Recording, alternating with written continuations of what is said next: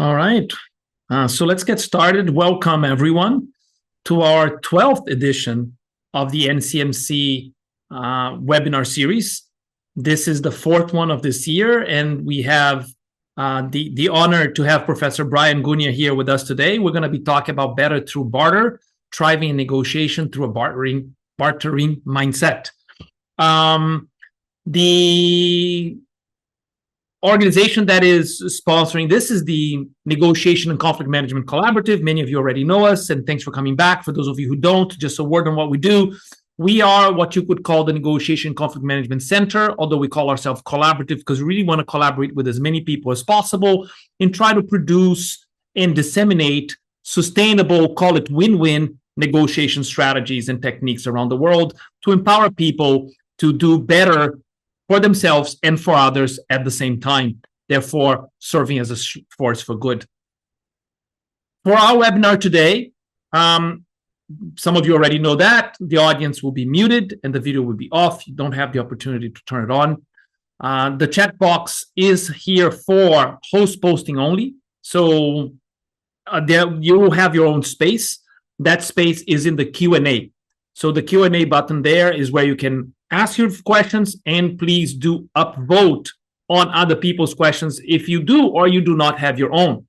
Notice that normally not all questions get answered in this webinar because there are just too many of them, which is usually very, very nice. And our speakers usually keep it short so that there's plenty of time for questions.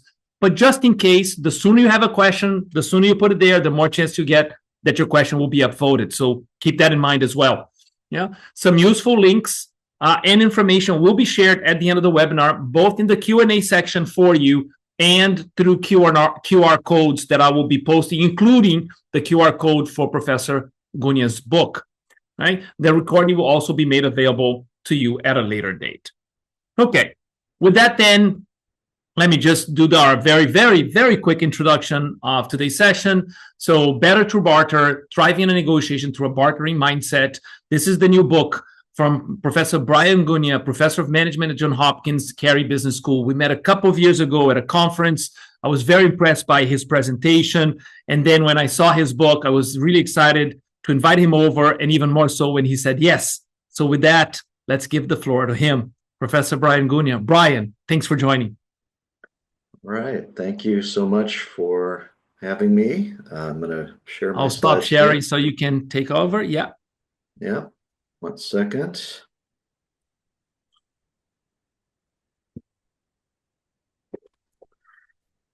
All right. So it is, sorry, let me having trouble maximizing my slides here. 1 second.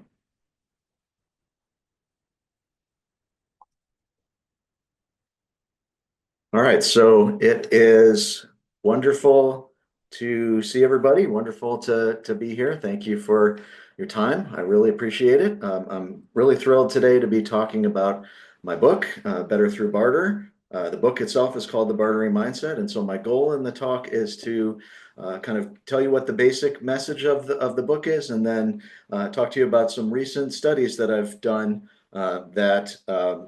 sorry, I lost my slides here. Some recent studies that I've done that help to demonstrate some of the key points in the book. And so that's my goal. Introduce very briefly the key messages from the Bartering Mindset, and then share the data from 3 recent studies. And as Horacio said, leave plenty of time at the end for questions and any discussion that you might have.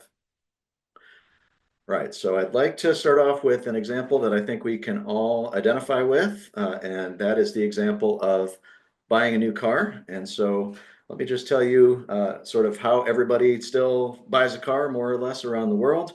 The way that most people buy a car, and I'm sure this sounds familiar to you if you've had this experience, is to, first of all, try to figure out what type of car you want. So, go online, do some research, talk to friends, etc. Identify the type of car that you would like. Go to the nearest dealer that happens to be selling that particular car. Kind of walk around the lot a little bit. On the way over, you're thinking, well, gee, I'm driving a really nice car that I'm trading in, so I'm expecting to get, I don't know, maybe $5,000 if I'm in the US for my trade-in. I get to the dealer, I see one of the cars that I like. It's not ideal. It doesn't have all of the exact features I want, but it's the car that I found online. And so I go over to the dealer. A friendly dealer comes over, starts negotiating. Friendly dealer tells me, well, you thought this car was 35,000. Actually, the sticker price is 40,000. We start negotiating with the friendly dealer. Maybe we're able to get the price down by about $1,000 or so, for example. We get over to the desk. If you've been at the desk, you know what happens at the desk. The dealer says, well, it was priced at 40,000. Now it's down to $39,000. However, I understand that you want some license plates on this car. That's $1,000 extra dollars. I understand that you want some floor mats in this car. That's $1,000 extra dollars. I understand that you want to pay the taxes on this car. That's $3,000 extra dollars. And by the way, here is $500, not $5,000 for your trade-in, right? And so that is not a very good negotiation, and that is how it normally goes if we go to a car dealer and try to buy a car without having thought through the approach very carefully. Chances are we and most people end up with a high price. We don't end up with the types of features that we really want for the car, and we get a disappointing value for our trade-in. Brian, sorry to interrupt. I saw that you put something a new black banner on it, but your zoom control is still covering that. So I don't have the ability to hide the zoom controls. I was trying to do that. Okay. Sorry. Yeah. So just yeah. I can share like that, so you can see the message. And Horacio actually, or just read it out loud, maybe once you do it and work with it. So in theory, it should automatically disappear if you push it up. Sometimes it just goes. I don't know. Let me see if I can move it. It's not working. Okay, I moved it off the screen. There you go. That worked for us. Okay. Thank you. All right, let me get back to the slides now. So the argument is if you approach buying a car that way, you don't get the car you want necessarily. It doesn't have the features you want because you just sort of started negotiating about the first one you saw.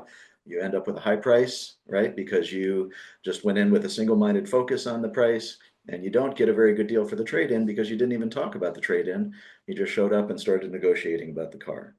And so the reason that the book argues that happens is most people, when they go into a negotiation, they apply what I call the monetary mindset. Applying the monetary mindset means basically you treat a negotiation the same way that you would treat any monetary transaction, right? So just as you would in any time you're buying something at any store, you assume in a negotiation, well, I'm the buyer here. In other words, I'm not the seller. I'm just going and I'm just kind of asking to buy something. Seems reasonable enough, but we'll talk about in a second why that's problematic. They think I will only interact with one seller. In this case, it's just the one car dealer. Again, we'll talk about why that's problematic in a second, but I think you can probably guess that if I'm only kind of negotiating with this one person, I have to go along with anything they say. I want a low price, they want a high price. Consequently, if they're satisfied, I'm dissatisfied, right? So it's a very win-lose sort of orientation toward negotiation. Therefore, the best outcome we can possibly reach here is a compromise between what the dealer wants and what I want. These are the same sort of assumptions that you would apply to any sort of monetary transaction. And the argument is when people negotiate, because they're engaged in monetary transactions all the time, they just take that mindset and they plop it into a negotiation. Well, I think you can see from the car example that is not a very good thing to do. That's an inflexible, uncreative, and I would argue a self-focused view of negotiation because it's just sort of focused on what you want as opposed to what they want in this one issue of the price of the car. Instead of doing that, what the book encourages people to do is adopt what's called the bartering mindset. The bartering mindset, as the title of the book says, is mostly forgotten. Bartering is something that we probably don't do as much today as people did in the past. And therefore, in order to introduce you to it, what I wanted to do was show you some short video clips from my class, from an exercise that the students do in my negotiation class. The exercise that they do is called the bartering market. The goal here is to introduce them to bartering and the bartering mindset. Let me first set up the exercise, and then I'll show you a couple of video clips. In the final class session of my course, what I do is I ask the students to come to class with a set of goods that they're willing to trade with the other people in the class. And so typically people are bringing things like coffee mugs, water bottles, perhaps, pens and pencils, notebooks. So they show up to class with a bunch of goods in their arms. I have them while everybody's in the class, do a very brief presentation of what it is that they're offering, so everybody knows what everybody else is offering. Round two, I have them basically, I divide the class into two, and I have them negotiate barter with half the class. The goal here is to trade what they have for whatever they want from other students. Round three, then I pull the whole class together, and it's a free-for-all, and I have the entire class barter with each other. After all of that, I debrief all of the rounds. Right, and so that is the basic setup. I now wanted to show you what this looks like. The video quality on my phone was not ideal, so I apologize about that, but this is a video of my class actually doing the bartering market exercise. And as you watch this, this is clip 1 of 2. I want you to kind of pay attention to how does this compare to the car negotiation that I described a second ago.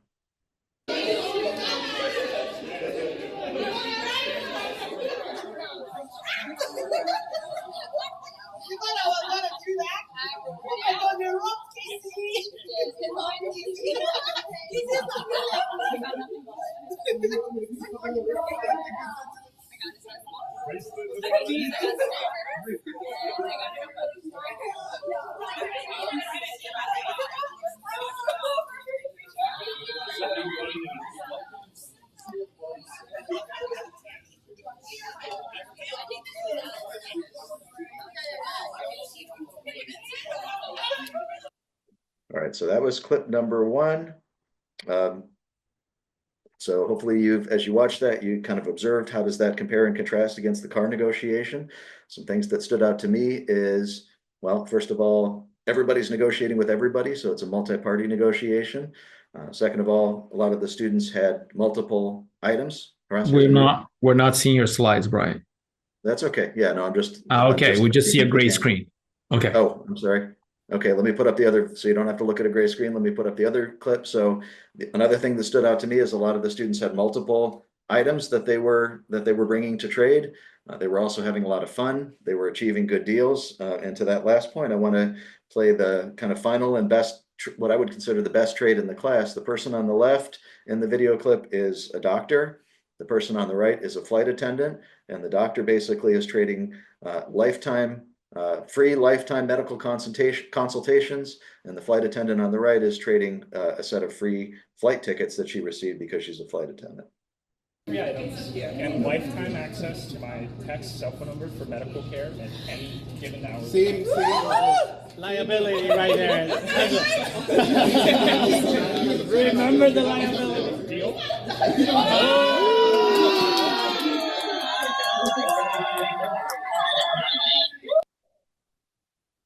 All right, so can you see the slides again, hopefully? Yeah.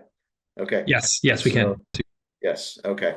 And so hopefully as you watch those two video clips, you kind of mentally compared and contrasted what those two negotiations look like, how they compared, how they differed. When I debrief the exercise, I call all the students back to class and I say, hey, this exercise you just did, this bartering exercise, this was a form of negotiation. Usually when we negotiate, we adopt this monetary mindset that I told. Brian, sorry to interrupt. There's a gray box in front. There, right there. Yeah.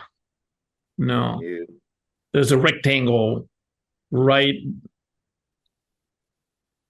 There's a rectangle. Which unfortunately was right on top of the second part of the table, which you were trying to show, so we couldn't see it.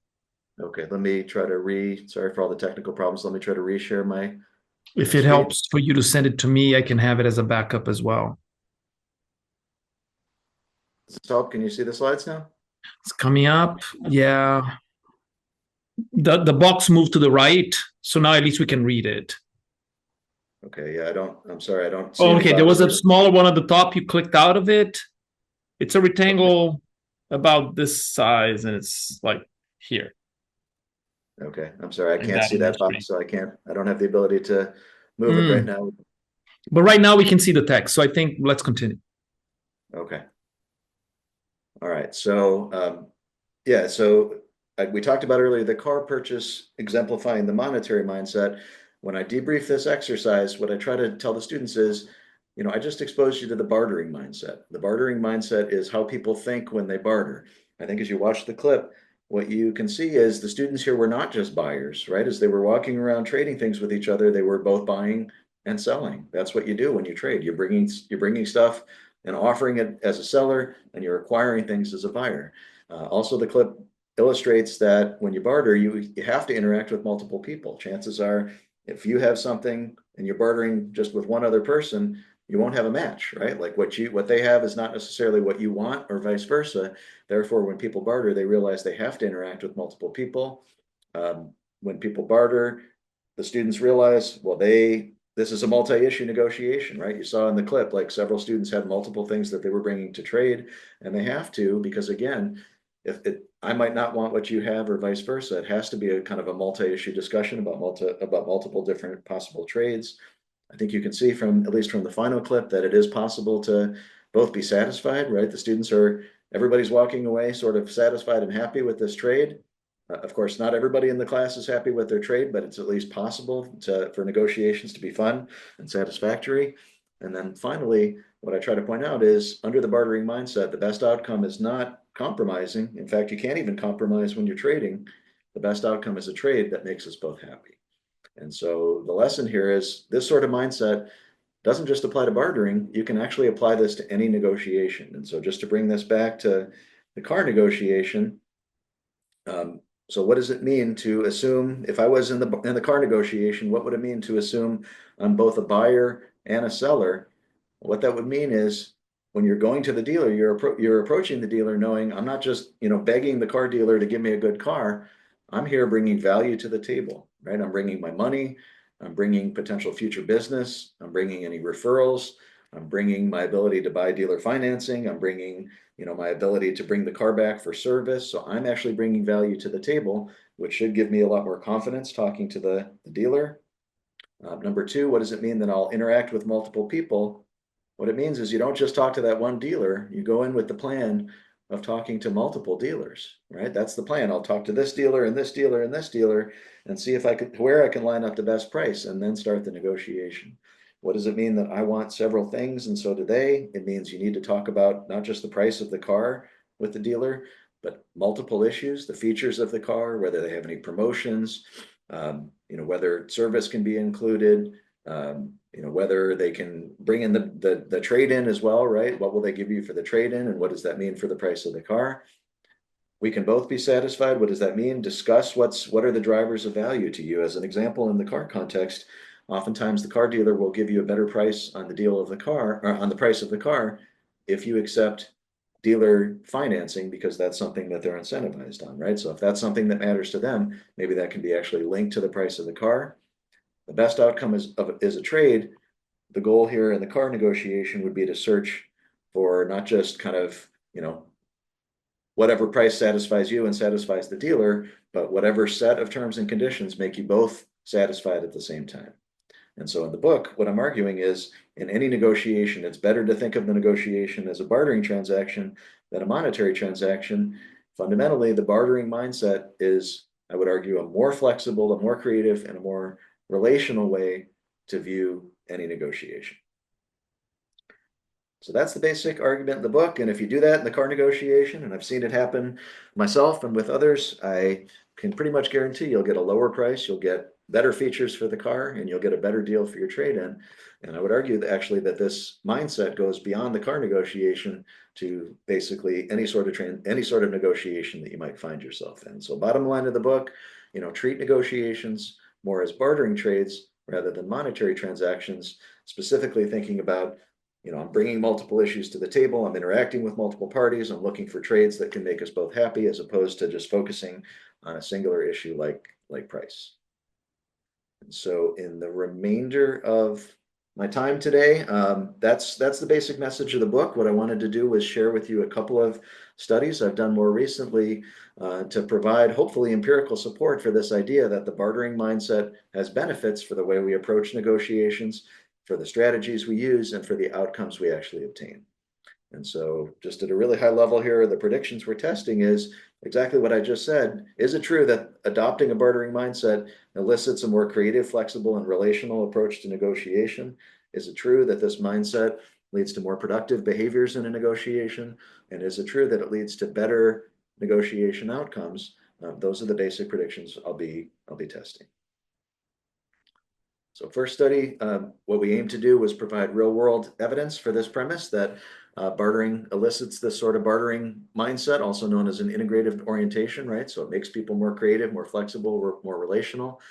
What I did is I went to a bartering club in the Southern United States. A bartering club, I didn't even know they existed until I started doing this research, but a bartering club is a group of individuals, largely small business owners, that get together periodically. Rather than using cash, they actually trade the goods and the services that they offer as a small business. While I attended one of their events and I interviewed 17 members of the club, I also walked around myself and observed members of the club trading with each other at this event. So I just, and for the purpose of this talk, wanted to share with you some quotes from people that I interviewed, and really the big message here is it did back up this idea that bartering elicits kind of a more flexible mindset, a more creative mindset, and a more relational mindset in negotiation. When it comes to flexibility, what I heard in a lot of the interviews is people talking about lots of different issues that they were trading, right? And so if you just look at this first quote here, so both parts of the quote are from the same person. First of all, we sell video production. Anytime somebody needs a website commercial, that's what we do. I do writing. Our daughter does makeup, do lots of events. And then on the buying side, they buy dental services. I heard a lot about dental services, travel, helps with Christmas gifts, clothing, medical, dental, right? And so, I mean, people were talking about, like, as part of this bartering club, we have to trade lots of goods and services for the reason that I said earlier. We may or may not be able to find a trade if we're just going there kind of talking about one issue.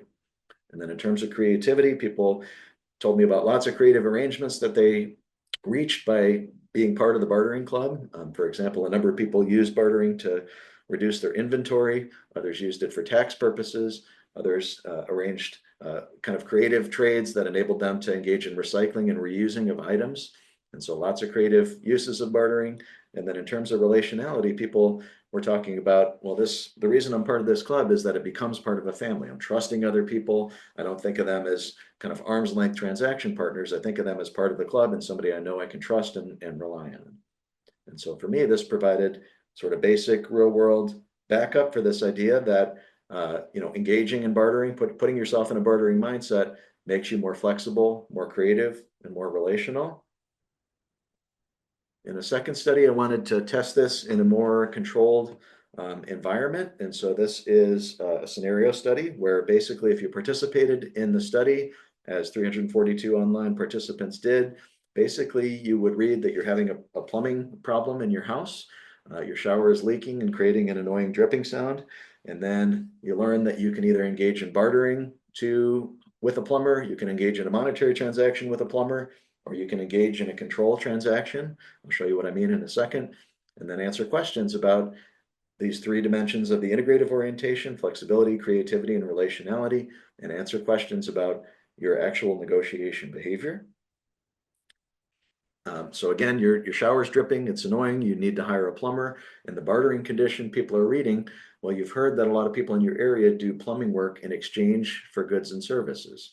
So they'll help with your shower and then you trade a good or a service with them. So I'm asking people in that condition, write a paragraph of at least 3 sentences describing what it's like to exchange goods or services for plumbing work. And so this is priming bartering, putting people in this bartering mindset.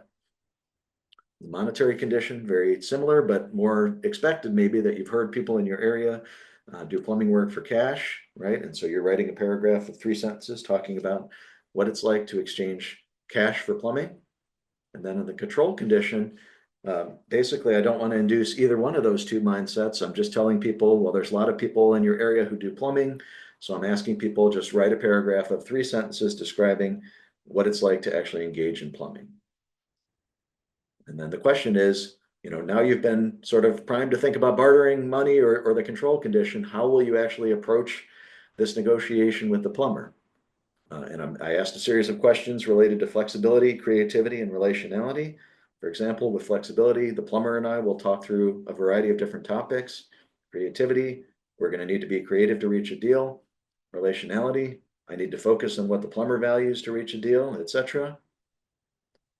And then finally asking people about what actual negotiation strategies will you use Here on the slide, you see a set of strategies related to what I call the Q&A strategy in negotiation. This is exchanging information with the other side, right? Asking questions of the other side, telling the other side what's important, what your priorities are. These are productive negotiation behaviors.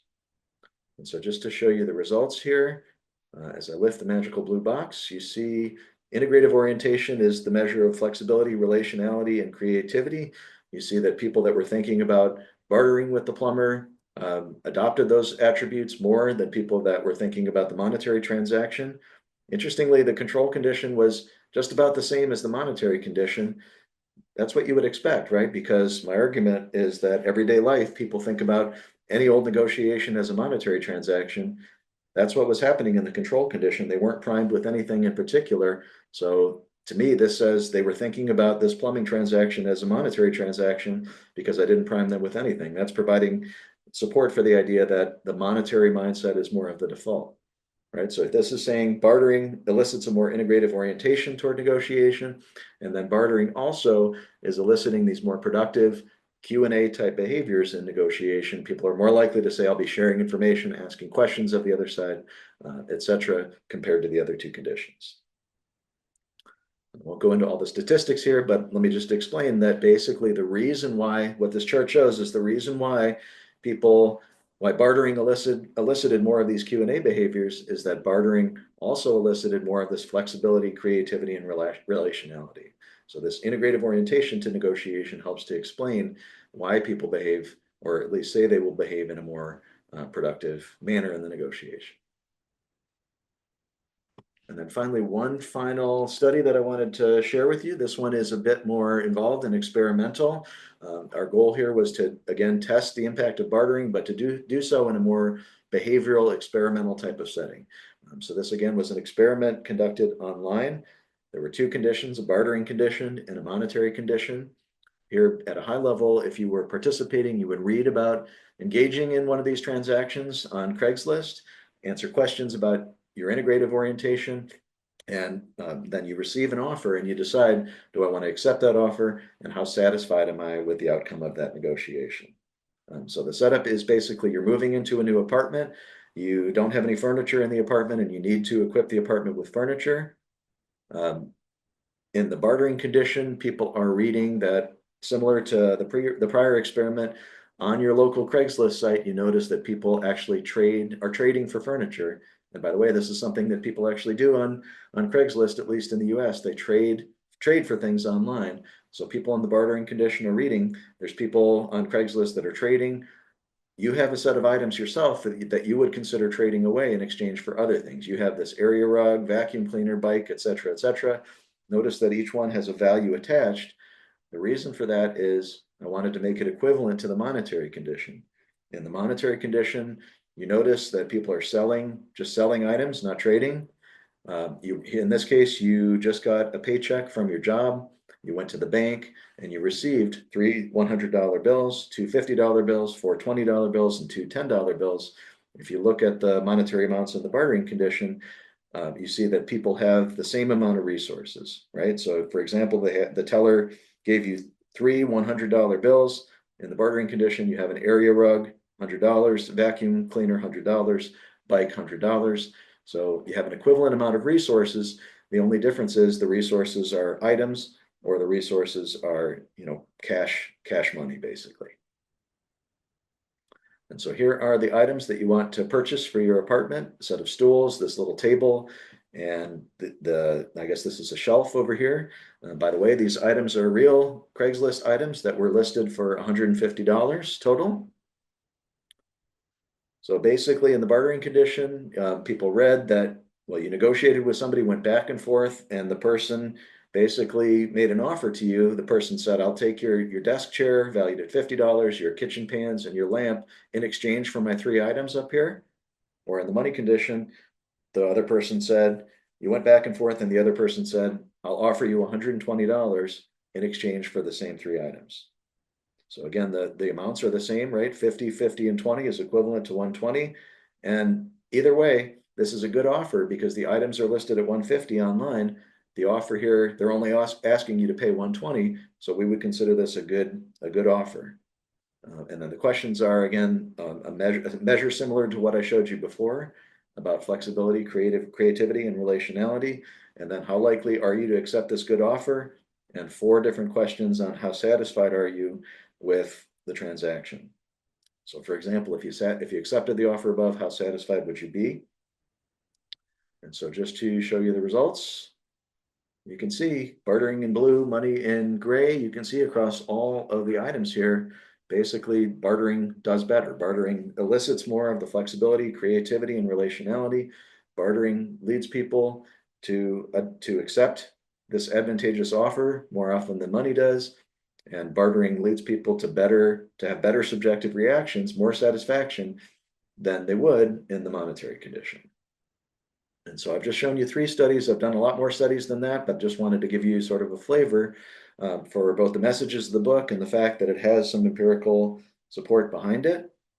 I guess, sorry, one more slide here, which just shows the same pattern as before. Basically, the reason why people accepted the offer in this negotiation was they adopted this integrative orientation. You could replace offer acceptance with satisfaction and get the same sort of pattern. And so overall, what I wanted to convey in this short talk is basically the message from the book that, most people, when they go into negotiations, they think this is just like any old monetary transaction. So if you remember just sort of one thing about the talk or the book, the message is don't do that. Don't think about negotiations as monetary transactions, because that gives you sort of a hyper focus on the one issue of price. Instead, the message in the book is try to think about negotiations as bartering transactions instead. And so 3 key elements here would be, I'm bringing multiple sources of value, and also I'm asking for multiple things, right? So this is a multi-issue negotiation. I'm interacting hopefully with multiple parties, not just one. And I'm making I'm not just focusing on price, I'm making hopefully mutually beneficial trades. I've showed you hopefully and convinced you that doing that elicits a more flexible, creative and relational approach, which I would argue leads to more productive behaviors and more productive outcomes. So that's the key message. Treat negotiations as bartering transactions rather than monetary transactions. By the way, though, I would leave you with the last point here, which is that adopting a bartering mindset is really helpful, but you can also do even better than that. You can also actually barter more in the real world. Opportunities to barter are all around us, right? If you're at work, we trade tasks with coworkers. At home, we might kind of trade who does what chore with a partner. There's the sharing economy, right, where people share houses and cars and all kinds of goods. So the opportunities to actually barter is all around us. If you find yourself short on cash or just don't feel like using cash, don't just adopt the bartering mindset. There's actually opportunities to go out and barter as well. So I think I have probably used most of my time. I will unshare the screen so that I can see people and see comments a little bit better, and happy to take any questions or have any discussion in the remainder of the time. Super.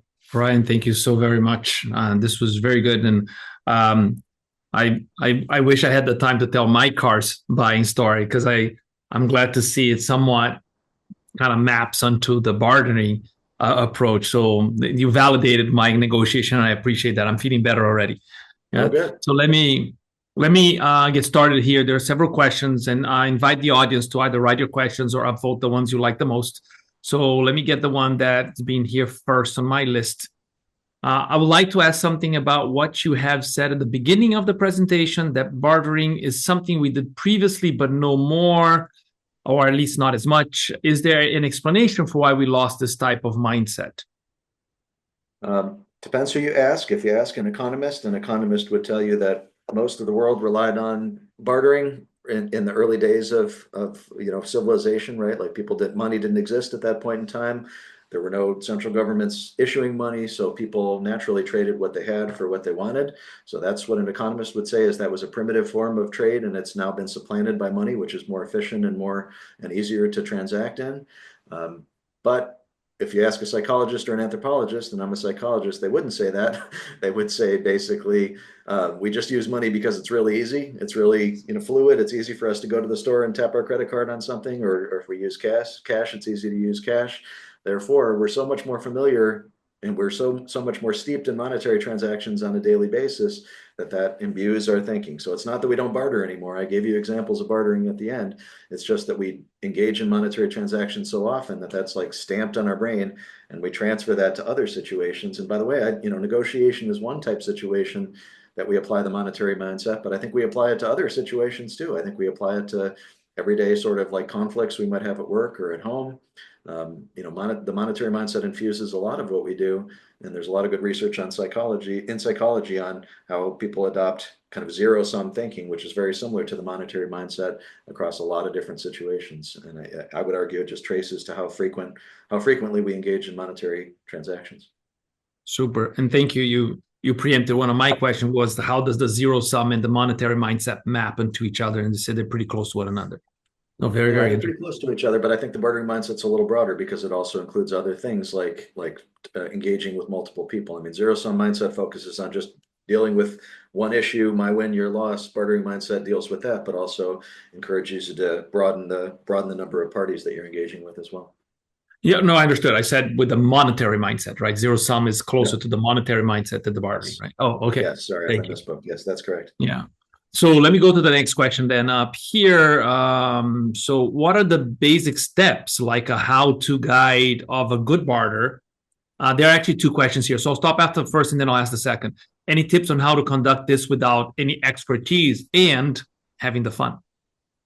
Well, that's exactly what the book is about. So to give you the full how-to guide, you'll have to buy the book. I mean, the book gives an example of a coffee shop and somebody that basically lives in a small community and wants somewhere to work, but doesn't have a local coffee shop to work at. And so this protagonist in the book, basically, I have them walk through the bartering mindset step by step and apply it to this real life sort of situation. And by the way, this came from my real life experience writing the book, which took place in a local coffee shop that I absolutely loved. And it was a good thing for this coffee shop because that's where the book was written. That was the inspiration for the book. So that's the best answer I can give you is the book gives a step-by-step guide, but basically, the 5 steps that I laid out of the bartering mindset, those are the 5 steps that you go through in the book. You identify, what am I bringing to the table? What am I asking? Who are all the parties that are relevant to this situation? What are all the issues?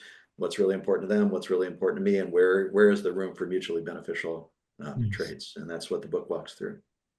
Super. And so any cases where you would suggest not to use it? The examples here may be promotion or job compensation.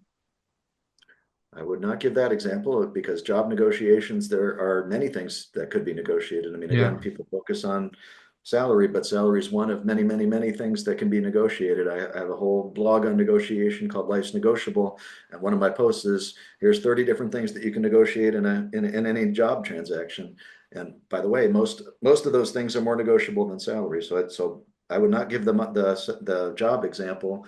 What I would say is the bartering mindset is a lot of work, right? And I'm upfront about that. I mean, there's 5 steps, and you have to follow them in a methodical way in order to get through the bartering mindset. And so it's probably better reserved for more important negotiations rather than less important negotiations. Like if a negotiation's of little consequence to you and you're really busy and don't have the time, your time's probably more valuable than engaging in the bartering mindset. But if you're buying a car, if you're negotiating a job, if you're negotiating something important at work, in any high stakes negotiation, those are situations when I would apply it. Wonderful. So besides like it's less optimal, is there one where it might backfire and produce inferior results? I don't think there's one where it might backfire. I mean, there's certainly negotiations that are more competitive and are more focused on one issue. I'm sure we can all think of those negotiations these days, right? And so, but I mean, that's part of the goal of the monetary mindset is to move away from that, right? So I think my view on it would be that's part of the bartering mindset is to move away from that. So my recommendation would be try the bartering mindset, try to draw people away from the one issue, contentious, competitive approach. You can always fall back on that approach. It's easy to become competitive. It's easy to just adopt the zero-sum monetary mindset again. It's harder to go the other direction, right? If you've been zero-sum monetary and just kind of ignored all the other people and all the other issues, it's harder to go the other direction. So dip your toe in, try the bartering mindset if it's important, and then revert to the monetary mindset and more distributive negotiation if the other party just won't play ball and there's really no other relevant parties to engage with. Wonderful.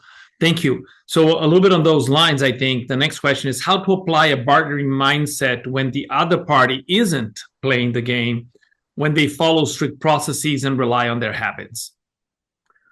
Well, I mean, the first thing that I would say is part of the bartering mindset is not just engaging with one person, right? So I mean, that's part of the goal is not making you as reliant on one person by going through that step of identifying multiple car dealers, for example. You're making yourself less dependent on one car dealer that won't play ball. So I mean, this is not just purely a cooperative sort of mindset. It's part of it is giving you more confidence and giving you more options as a negotiator. But I mean, yes, of course, there's people in the world and in the political world, especially sometimes that won't do this, that are just see the world through a distributive lens, and I understand that.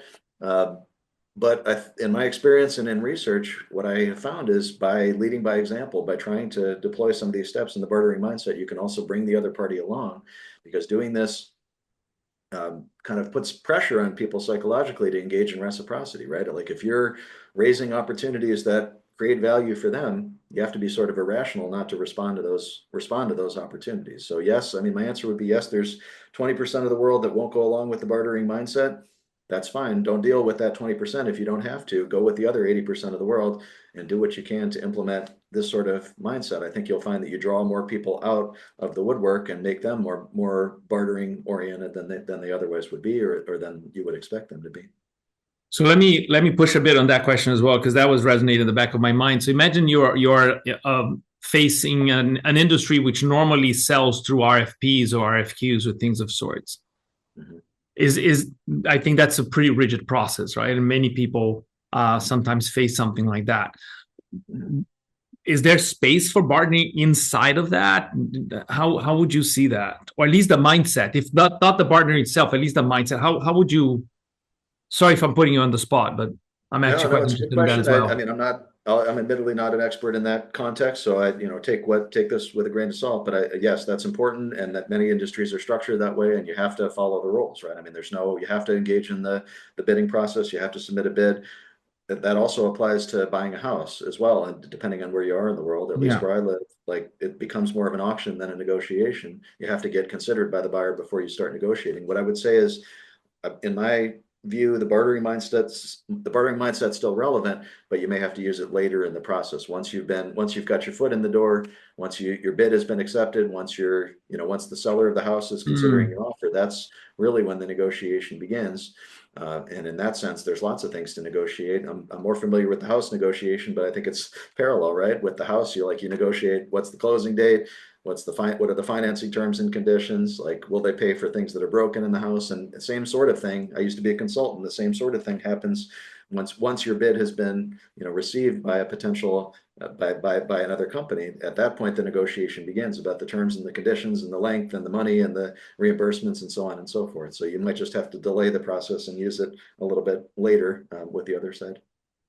So let me see if I'm just getting it. So one of the things that I'm hearing then is, it's okay then to, if you are in a very rigid process, to come in with that monetary mindset because you're being forced to it, play that game as best as you can, but be constantly scanning for the opportunity to flip.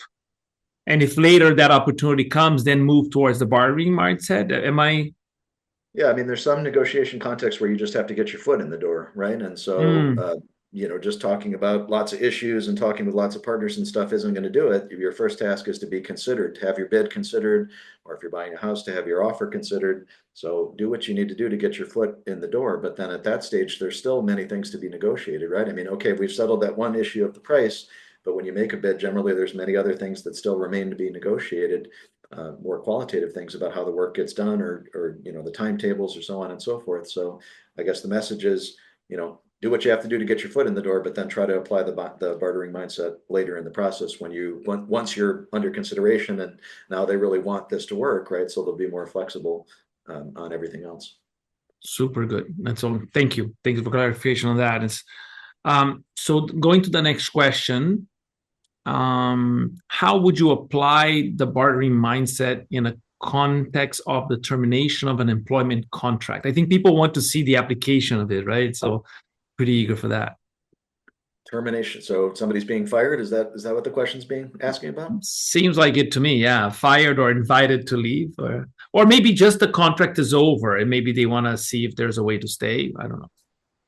Yeah, I mean, I think I need to know a little bit more about the context to weigh in, but I mean, hopefully it doesn't get all the way to the termination before the negotiation begins. I mean, the negotiation in most contexts should begin earlier, right? If somebody's underperforming, then you as the boss would want to bring that to their attention earlier in the process. You'd want to talk about all the things that are going wrong, how they can fix it, what your expectations are, what the timeline are. So, I mean, all that period of time is amenable to the bartering mindset because that's a multi-issue discussion. You're kind of more creative and brainstorming with the person how they can fix the problem. Once it comes to the point of termination, you're sort of, there's no more negotiation. If somebody's contract just runs out, I think it depends on, whether you want to rehire them or not. Like, what's the process at that point? If you want to do a new contract with them, then the process starts anew, I think, and you should consider them and other candidates as well and talk about all the things that are relevant to the job. If you don't want to hire them, then move on and sort of start fresh. But I mean, I think to answer more specifically, I need to just understand a little better what context is being asked about. And if you're the employees, is there anything you can offer bartering wise to try to prevent such termination? I mean, it depends if you're a good performing employee or a bad performing employee. But if you've done a good job and your contract has just expired, you're in a good position, because the last thing most companies want is to have to go out and find somebody else. It's really hard and it's really expensive. And it's really time consuming to find somebody else who has the knowledge and has the skills and has the track record that you have, right? And so if you've done well and your contract has expired, you're in a good position to engage the bartering mindset, because at that point they really want to do what they can to retain you. If you haven't performed well, then I'm not sure any mindset will really help at that point. Super. Next question then. So, isn't bartering dependent on specific preconditions? Unless these are given, for example, no urgency, there might be situations where splitting the difference provides an acceptable solution. I mean, it relates a little. This is a good question, and it relates a little bit to my comment on the importance of the negotiation. I mean, yes, bartering mindset applies more readily when you have more time to work through things, right? If you're under time pressure, if the other side is under time pressure and you need to reach a deal, it might be better. The time cost might be so severe of waiting and engaging the bartering mindset that it might be better just to split the difference. So I'm not saying, use this in every negotiation. Use it when you have the time to do so, and use it when the negotiation is important enough to do so. At the same time, I would say, do what you can not to put yourself in time pressure, because as soon as you're under urgency, as soon as the other party's under urgency, both parties are limited in what they can talk about and what they can do at that point. Both parties are pressured just to sort of compromise, right? So to the extent you can avoid the time pressure and get a head start on the negotiation, that's always a good thing to do. I mean, one thing I always tell my students is the most important part of any negotiation is the part that comes before you're actually at the table, right? I mean, it's way more important is the preparation that you do than what actually happens at the table. Because if you've adequately prepared, you know what to say, you understand what the other party's saying, and it'll just be a much more productive conversation. Thank you. So I would say, help me here. There's a question that also says, what is the threshold for bartering?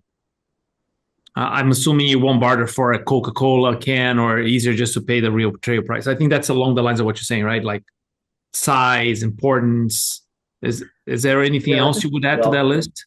Depends on the culture, right? I mean, there are cultures where you would barter for a can of Coke, right? But in many Western cultures, you would not, right? And so, yeah, I think this is along the lines of, if the norms are not to negotiate at all, then it's probably easier and more efficient just to follow that norm. And in that case, don't apply either the monetary mindset or the bartering mindset. Those are, there's no need to negotiate, just accept the price if that's the culturally normative thing to do. But if it's something consequential, if norms allow for negotiation, then I would opt for the bartering mindset rather than the monetary mindset. I would also say, though, that even in a Western culture like the US, there's many things that people think are not negotiable that are negotiable, right? I mean, like, I recently bought a fridge. Buying a fridge usually in the US is not considered negotiable by most people, but I negotiated the transaction and I got a dishwasher bundled with the fridge for a much better price because I engaged the bartering mindset. So don't just assume it's not negotiable because somebody told me it's not negotiable. Like do your homework. Many things are negotiable. Nice, very much. And so I think there's a question here that a little bit more philosophical, maybe on a certain sense. So, a store value, i.e., money, allows a much bigger range of goods to be bought outside of that location and point in time. Is that not the whole point of money? Yeah. Yeah, no, I'm not, trust me, I'm not arguing money's bad. Like that's not the point of this talk. I use money all day. I'm sure you do as well. And money's more efficient. And that's what an economist would say. That's why money dominates the world, because it's a store of value and it can be used for anything. And, you don't have to, like, if you're buying something, the person you're buying necessarily wants your money. They may not want what you're trading. So I'm not derogating money. Money has a very useful purpose. I'm just saying, when you face an important negotiation, try to put yourself in the mindset of somebody that's bartering rather than somebody that is engaging in a monetary transaction. I mean, the truth is many negotiations still involve money, right? And there's no way around it. So that's another question I get sometimes is, how do you, if money is necessarily a part of the negotiation, how do you adopt the monetary mindset? What I would say is, treat money as like any other good that you're willing to trade, right? You might trade, like in the car negotiation, right? Like you're trading your future business. If you're buying the car, you're trading your ability to come back to the dealer for service. And you're treating the money as one of the goods that you're offering as well. If you think of money as just a good and not as the sole focus of the negotiation, that automatically helps to induce the bartering mindset. Thank you. Super. So here's a question of mine that I've been struggling a bit with, not being curious about more than anything else. So you mentioned some situations are not worth negotiating, period. Just go there, buy whatever drink you want or whatever it is. Fine. And then there's the ones that you consider whatever culturally appropriate or from your perspective. And I hope I understood you saying that there's more there to be negotiated than most people usually think about in most cultures. And I would very much agree with that as well. The thing that I get a lot in my class when I'm talking about more the win-win, the creativity, the relational, as you mentioned, were aspects in some of those directly related to your concept of the bartering mindset, is that people say, oh, but isn't that more inefficient? Isn't that slower? Doesn't that take more time? And so that's actually the first half. That's the big question. I have a small other thing is, and isn't the success rate eventually smaller, because given that you go in more directions, eventually you might get lost or spend too much time or have more conflict, and therefore you might even close fewer deals. So I'm just borrowing those questions from my students and passing it on to you. No, those are good questions. I get those questions as well. I mean, I think, so doesn't it take more time? Isn't it more efficient? Yes, it takes more time to be good at negotiation, just as to be good at anything, it takes time, right? And so, like, nobody's saying it's easy to negotiate, but I think it's important to think about the long-term perspective. Yes, it might be more efficient today to just kind of settle on the price and be done with it, but chances of a longer-term mutually beneficial relationship with the party, which is ultimately more efficient, are pretty low if you're just focused on money today.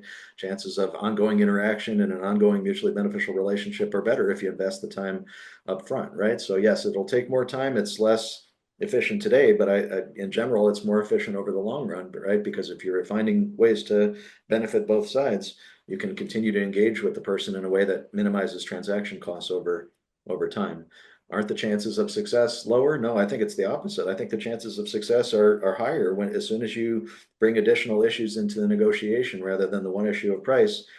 Yes, it's more complicated, but there's also immediately more opportunities to find a trade-off, right? Like, find something that's more important to you, find something that's more important to me. That makes a deal possible where a deal wasn't possible. So I usually observe the opposite pattern, where students in my class are unable to reach a deal on price alone because they're fighting about price. It's only by adopting something like the bartering mindset that they even find the potential for a deal in the first place. So I think the chances of success are higher, but yes, I agree with the first part of the premise that it takes more time and it, may feel a little more difficult up front. Okay. I think we have time for one more, and I think we have one more question here, which is, how does this now work when pressure and power appears to be taking a much higher profile across the world rather than cooperation? It appears if you are big and powerful enough, these rules don't apply to you. Just take maybe for the weaker maybe this is just for weaker players. Well, I wouldn't say it's just for weaker players, but I think you're onto something when you say that weaker players can particularly benefit from the bartering mindset, right? Because yeah, if you have more power, you don't necessarily need to adopt the bartering mindset. You can just kind of push people around. If you don't have more power, if you're one of the weaker players in whatever negotiation, it certainly does benefit you to talk to additional parties and bring in additional issues.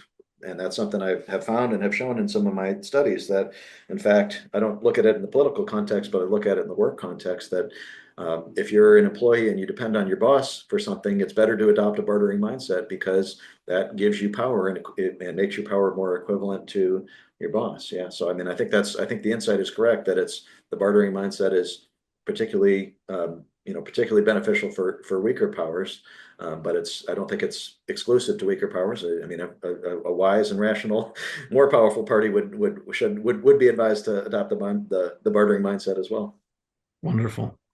Brian, any last words to the crowd? No, I don't think so. I mean, I appreciate all the engagement and all the good questions. I mean, these are valid questions and valid critiques. And again, I'm not derogating money. I'm not derogating the monetary mindset.